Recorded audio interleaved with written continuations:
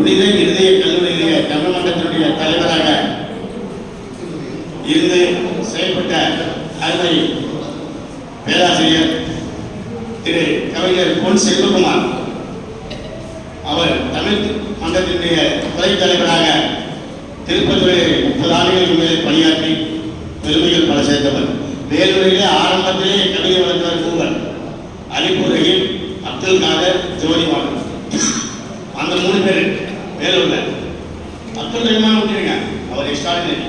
அதுக்கு பின்னால் நமக்கு கவிதையும் கற்றுக் கொடுத்தவங்க 3 பேர், அப்துல் காதர், அலிபுர் ரஹீம், வேலூர் சார், ஜோதிவாளன். அந்த 3 பிறகு வேலூர் கவிதை உலகத்திலே, புது கவிதை உலகத்திலே மிகச்சிறந்த சூப்பர் ஸ்டாராக வந்தவர் பொன் செல்வகுமார்.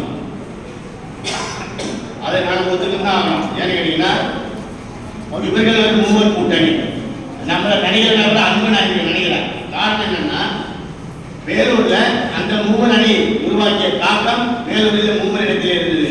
ஒன்று பொன் செல்வகுமார், இன்னொன்று மறைந்துவிட்ட நண்பர் கவிஞர் செழியன், 3வது நண்பர் கவிஞர் அன்பு. இந்த 3 அணி இளைய உலகில, புது கவிதை உலகில நல்ல ஒரு தாக்கத்தை உருவாக்கினார்கள். அதுக்கு பிறகு இப்ப ராஜன் பாபு, அன்னையா, சித்ரா போன்ற அடுத்த குரூப் வந்துச்சு.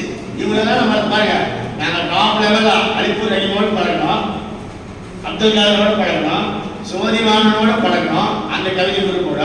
அப்புறம் அந்த கவிஞர்கள் வளரும் போது அவங்களோட இருந்தோம். இப்போ இவங்களுக்கு பின்னால் இன்னொரு தேர்ட் ஜெனரேஷன் நமக்கு தெரிஞ்சு கவிதை உலகில் வளர்கின்ற இந்த அணி வளர வேண்டும். இதுக்கெல்லாம் தேவை ஒரு அமைப்பு. அமைப்பு இருந்தால் தான் ஒரு புத்தகம் வெளியிட முடியும்.